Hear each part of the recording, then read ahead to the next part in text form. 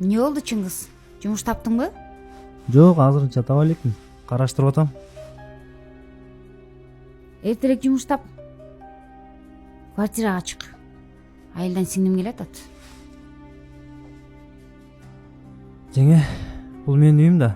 Кайка чыкмак элем квартирага. Бул үй Арсендики. Сенин бул жакта эч кандай үлүшүң жок. Бул үйдү атам мага мурас кылып калтырып кеткен. Мен эч жакка кете албайм. Кеп мураста эмес. Бул үйдү Арсен жалгыз өзү бүтүргөн.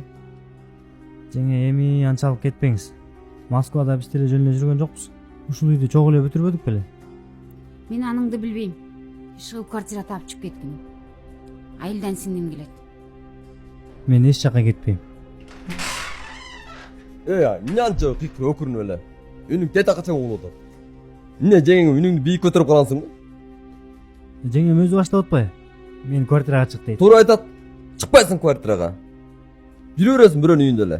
Байке, бул үйдү мага атам мурас кылып калтырып кетсе, кандай чечтик болуп калат? Мурас турасын токтот. Бул үйдү өзүм бүтүрдүм. Эртерээк башка квартира таап чыгып кет. И так батпай атабыз. Атаман калган мурас болгон үйдө мага орун жок. Балдызыңызга орун бар экен да, Макул, меники сиздики деп мен талашпайм. Кааласаңыз мен чыгып деле кетем. Бирок биз бир тууганбыз да. Байкуш болбочу, бир таам болуп чыга келесиңер. Давай, чык дегенде чыгып кетчи. Байке, макул, мен чыгып кетем. Бирок бир нерсени унутпаңыз. Сиз башка аялга үйлөнсөңүз болот.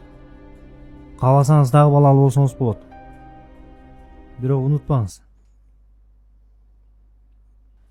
Кайра бир тууган төрөп бере турган биздин апабыз жок.